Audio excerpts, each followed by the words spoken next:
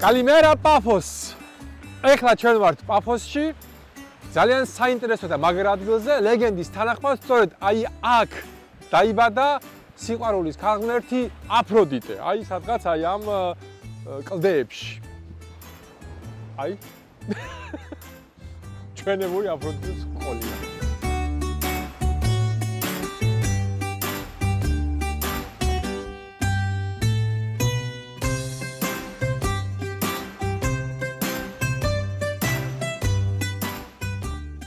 ვინც მოხვდებით აფროდიტეს კლდესთან, აქ არის ეს ტრადიცია, რომ ხალხი მოდის და ქვებს აწერს და უთქვამს სურვილებს, რა თქმა უნდა, სიყვარულის შესახებ. მეც ჩავუთქვამ.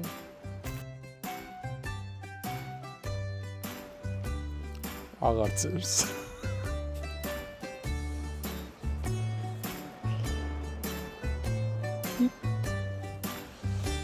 და აქ უნდა დააგდოთ. და მე ვნახოთ როგორ გაამართლებს. წავედით.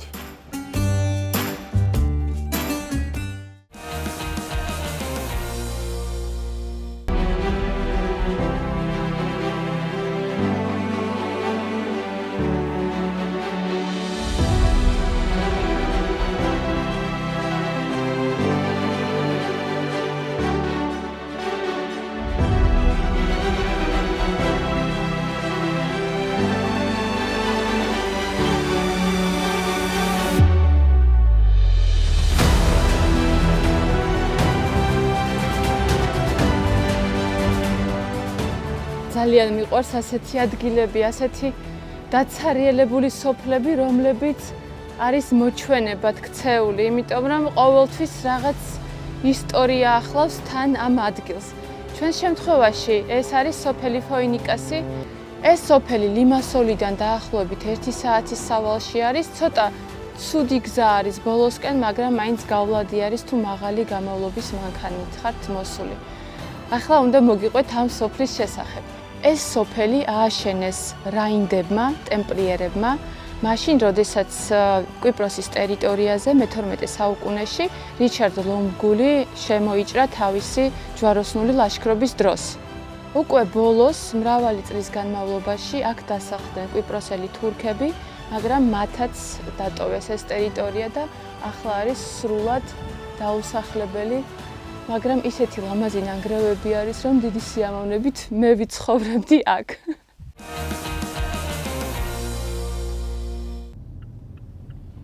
ბუტიკ ვაინერი. ოჰო. მოიცა. გია კირიკოსიო. რაღაცა ეწერა, რაღაცა traditional, რაღაც საჭმელიო. მართლა? ანუ რა. ეხლა წავიკითხე აბრაზე და აქეთ აჩვენებს, მოდი გაყევი და ნახოთ თუ რამე საინტერესო შევიაროთ.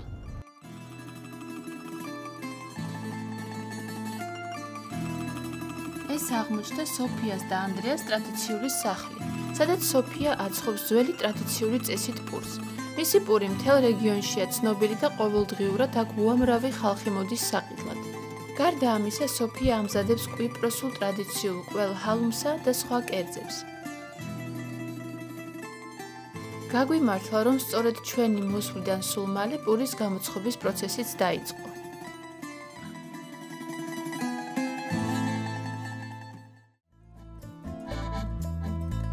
ძალიან საინტერესო მსგავსებას ვხედავ მესხურ სამზარეულოსთან. ზუსტად ესეთ გუმელს ვიყენებთ ჩვენ მესხეთში, როცა შიგნიდან ინთება ცეცხლი, ხურდება, შემდეგ იწმინდება და შიგნით უკვე ლაგდება გამოსაცხობი, თქვა პური, ქალა თუ ხაჭაპური. ზუსტად იგივე პრინციპია.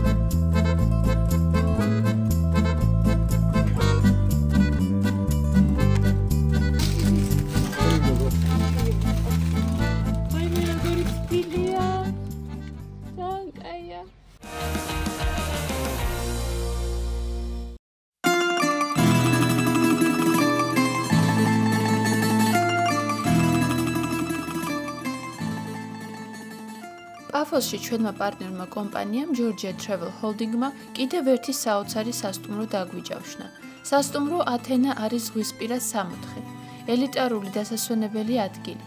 ის პაფოსის ერთ-ერთი ყველაზე მაღალი დონის სასტუმროა განსაკუთრებული საუზმითა და მომსახურეობით. რაც მთავარია, ოთახები ძალიან დიდია და აღჭურვილია ყველა საჭირო ნივთით, განსაკუთრებით თვალშისაცემია ტერასები და გარე დასასვენებელი სივრცეები.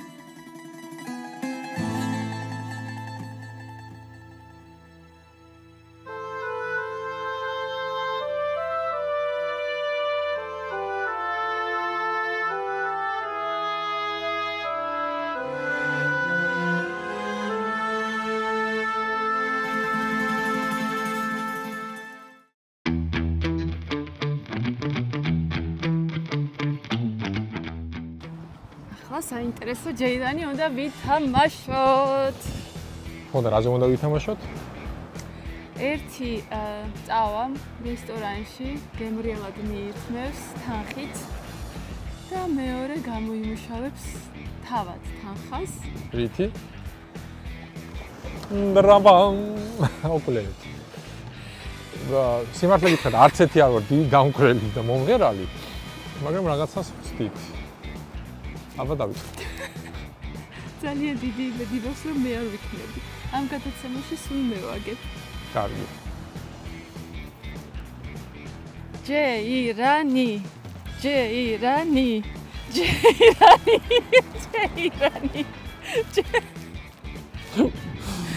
რა გაჭირდი? არაფერი. აი წამით. ჯეირანი.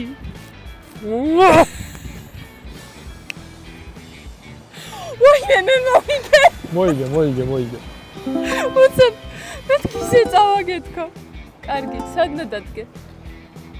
ხალხი არ არის და სადღა შევაქროვებული, ძალიან ცოტა ხალხია. ალბათ მაინც სავალი ნაწილი ეს არის. ალბათ იგჭობია. დადგე. აბა, წარმატებები. მერე მომიყევი რა სიზამ. კარგად. Guys, mine's gone.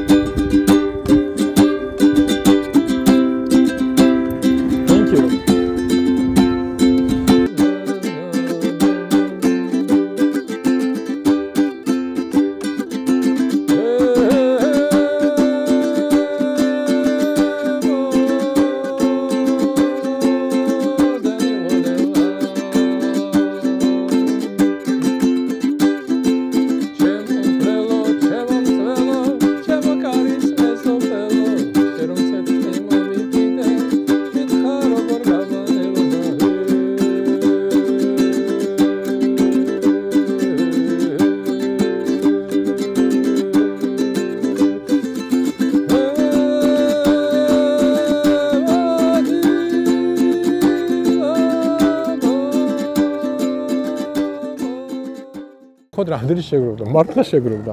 მოიცა? აბა. ვერ ვიხრები. ოპა.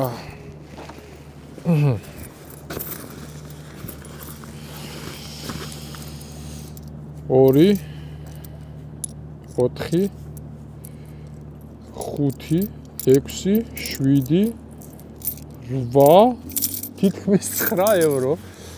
ერთი პიტა მოვივა ნამდვილად.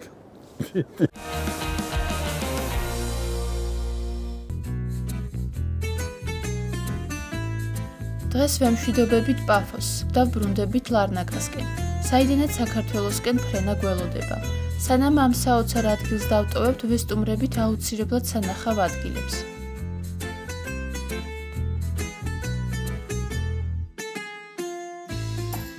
ახლა ვართ პაფოსის ყველაზე საინტერესო ადგილზე.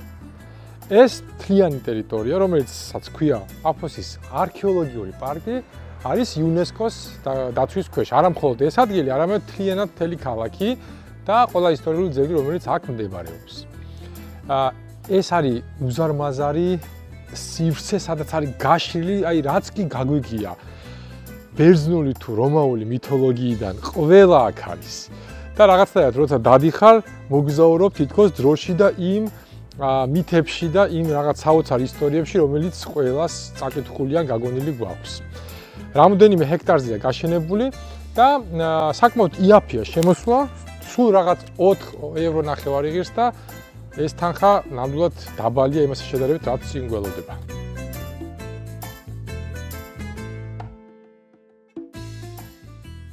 აი ამ მოზაიკებს, რასაც ახლა ვხედავთ, ეს არის აიონის სახლში. დაახლოებით არის მე-3 საუკუნიდან ჩვენ წელთაღრიცხვამდე აშენებული. ზოგადად როცა ვსაუბრობთ ამ ტერიტორიაზე, პაფოსის ტერიტორიაზე, რამდენიმე მნიშვნელოვანი ცივილიზაციური ცვლილება განიცადა.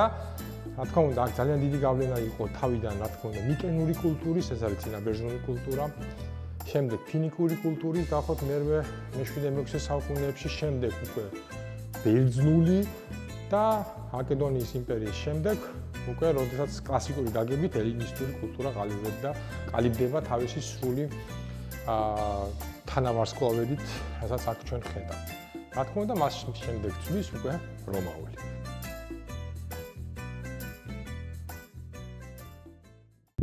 აი ეს არის სწორედ ის ძალიან ცნობილი მოზაიკა, რომელზეც ჩვენ ხედავთ თეზევსის გამოსახულებას თუ როგორ ამარცხებს ის მინოტავრს. და სწორედ ეს გახლავთ თეზევსის პროტოტიპი შემდგომში ყველა იმ ნახატში, რომელიც ხდება ანტიკურ თუ შედარებით ვთქვათ გვიანდელ შუა საუკუნეების პერიოდში.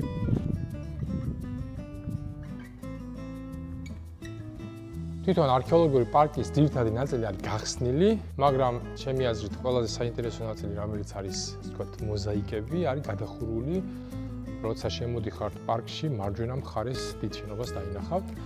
აქ რა თქმა უნდა, ძალიან ბევრნაირია მოზაიკა, მაგრამ ყველაზე საინტერესო არის აი ეს მოზაიკა, რომელიც არის 3D ფორმატში გაკეთებული, მართლა გეუბნებით. რო შეხედავ, საიდანაც არ უნდა შეხედო, თითქმის შაბეჭდება რჩება. ძალიან მაგარ და ძალიან განათლებულ ხალხთან მქონდა მაშინ საქმე, რადგან როდესაც ქმნი ესეთ რაღაცას, არ ვიცი, არა არის საჭირო მხოლოდ იყო დიდი შემოქმედი, უნდა გქონდეს ძალიან დიდი ცოდნაც.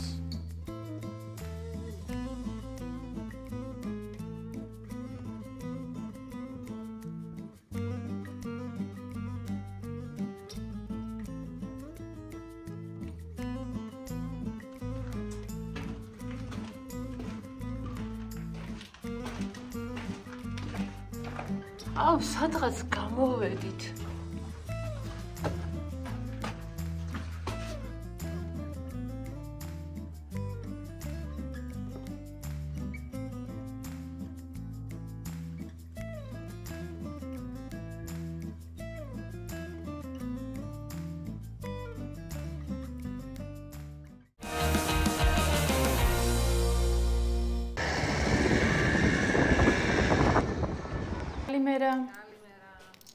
Can I have 2 tickets, please?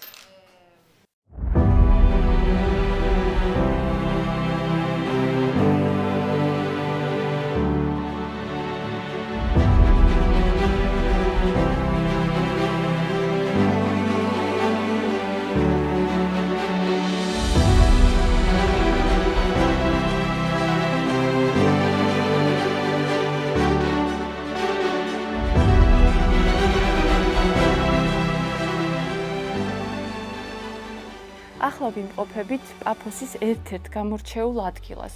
ეს არის მეფეთა სამარხი. ხედავთ როგორ არის კლდეში ამოკვეთილი სამარხები და საინტერესო არის ის, რომ ყველაზე ძველი სამარხი ჩვენი წელთაღრიცხვამდე მე-4 საუკუნით თარიღდება.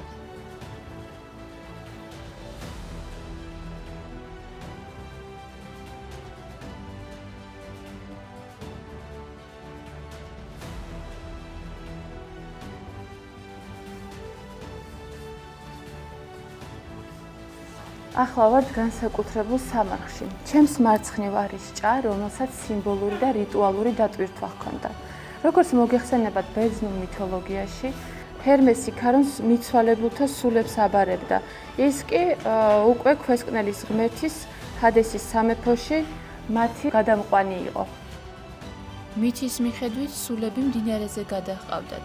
ეს ჭა სწორედ იმ მდინარის ფუნქციას ასრულებს. პარკის ტერიტორია არის უზარმაზარი და ჩვენი რჩევა იქნება გადმოიწეროთ აპლიკაცია პაფოსის იუნესკოს პარკები, იმიტომ რომ ამ შემთხვევაში უკვე არ გამოგრჩებათ ნამდვილად საჭირო ადგილების ნახვა. მაგალითად, ეს პარკი და მისი რუკა გამოიყურება ასე. შეგიძლიათ ნებისმიერი ადგილი მონიშნოთ, პირველ რიგში ის სად ვიმყოფებით ჩვენ. შემდეგ შეგიძლიათ აირჩიოთ, მიიღოთ ინფორმაცია, ეს იქნება აუდიო თუ ვიდეო გიდი და ასევე 360 გრადუსი სურათები. ძალიან კარგი აპლიკაცია არის, ზუსტად გაჩვენებთ, სად არის ჩასასვლელი, როგორი არემარეა და მოკლედ ძალიან კარგი რამ არის.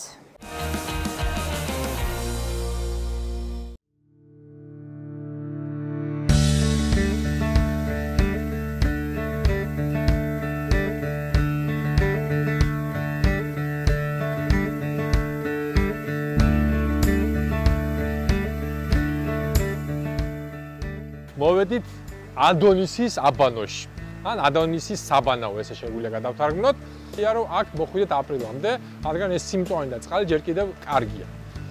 ზოგადად, რატომ ქვია ამას ადონისის საბანაო და ზოგადად ვინ არის ადონისი? ძალიან საინტერესო პერსონაჟია ზოგადად მითოლოგიიდან. სად ბერძნულიც არ არის, წარმოშობა აქვს ფინიკიური, ახლო აღმოსავლური, სირიაში საკმაოდ პოპულარულია. ადონისი ითვლება სმირნას და კვიპროსის მეფის შვილად, რომელიც იმდენად ლამაზი ყოფილა, რომ აფროდიტეს ბავშვობ შეხვარებია ეს ჭაბუკი, მაგრამ სალამ გაიზრდებოდა მიუბარებია პერსეფონესთვის. პერსეფონე იყო ჰადესის ცოლი, ანუ ქვესკნელის ბრძანებელი. მოკლედ ამასობაში პერსეფონესაც შეუყვარდა ეს ჩვენი ადონისი და მოკლედ ამ ორ ქალღმერთს მოსვლიათ ერთმანეთში უთანხმოება. ეს უთანხმოება ზევს მოუგვარებია, ეს ძალიან საინტერესოა. 1/3 წლისო იყოსო პერსეფონესთანო, 1/3 იყოსო შენთანო აფროდიტეო და 1/3 რაც უნდა ის გააკეთოსო. მოკლედ ესეთი ამბები, ესეთი ინტრიგები ხდება, შემდეგ ადონისი მალევე დაიღუპება ტახტთან ბრძოლაში ნადირობისას. და სხვათაშორის არის ესეთი ლეგენდა, რომ ვარდები, განსაკუთრებით წითელი ვარდები, არის იმ სისხლის წვეთებიდან აღმოცენებული ადონისის სისხლის წვეთებიდან. აქედან გამომდინარე, დღესაც და შუა საუკუნეებში და ანტიკურ პერიოდში საბერძნეთში და ზოგადად ელინისტურ სამყაროში ძალიან ხშირად ბაღებს, ყვავილების ბაღებს ადონისის სახელით აშენებდნენ და ამშვენებდნენ სახლებს და ასევე ძალიან დიდხანს სირიაში და პალესტინაში იყო დღესასწაული ადონისის დღე, როდესაც მხოლოდ ქალები მონაწილეობდნენ ამ დღესასწაულში. მოკლედ აი ესეთი ძალიან საინტერესო ამბები გვაქვს ადონისზე. კიდევ ძალიან ბევრის მოყოლა შეიძლება, მაგრამ მოდი დავთქმეთ მათ დასაკეთებ.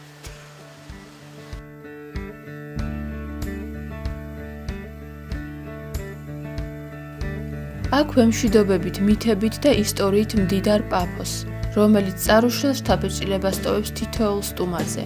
ეს ის ქალაქია, პირველივე დანახვით რომ შეგიყვარდებათ და აუცილებლად გაგიჩნდებათ აქ დაბრუნების სული.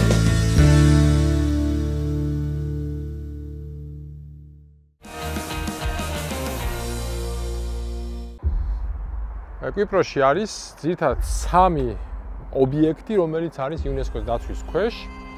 ეს არის ქალაქი პაფოსი, ტროდოსის თებში რამოდენიმე ეკლესიის ფრესკა და მხატვრობა და ეს ნეოლითური დასახლება, რომელიც ნაწილობრივ ასევე აღდგენილია და ძალიან საინტერესოა რომ ნახოთ.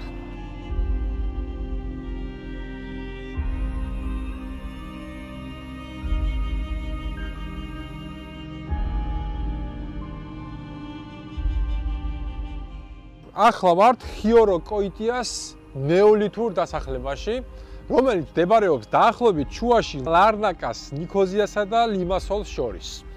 გზიდან არის ძალიან მარტივად მისაგნები სადღაც 80-90 მეტრია მთავარი ავტობანიდან.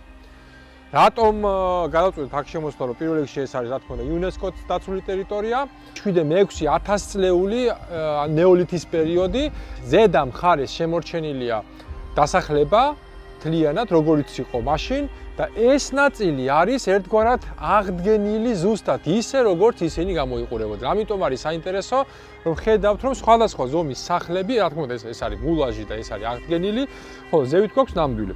და როგორც ხოვებდნენ, ეს იყო წრიული სახლები, ძირითადად აგებული ქვისგან და ალიზისგან, ალიზი ეს ერთი თიხანარევი მიწა და მიუხედავად ამისა, უკვე 7+2 900 წელს გაუძლო და დღემდე მოაღწია ჩვენამდე ნახტალი ანგრევების სახით, მაგრამ მაინც. ზოგადად ეს არის ის პერიოდი, როცა ადამიანი უკვე გადის განვითარების სხვა ეტაპზე და ამიტომ ძალიან საინტერესოა, რომ ის ადამიანები, ვინც აქ ცხოვრობდნენ, მათ ჰქონდა საკმაოდ კარგი გეომეტრიული პროპორციით ნაგები შენობები.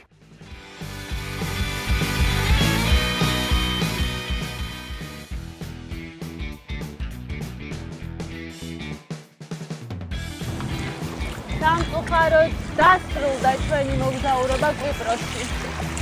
ძალიან საინტერესო რამდენიმე დღე გავატარეთ. ნახეთ, ბევრი და მაგარი ადგილი, მაგრამ ეს ყველაფერი არ არის, რადგან კიდევ ბევრი დაგვრჩა სამახლობლო. დროებით. გელოდებით ერთ დღეში უკვე სხვა ადგილიდან. ახონდის.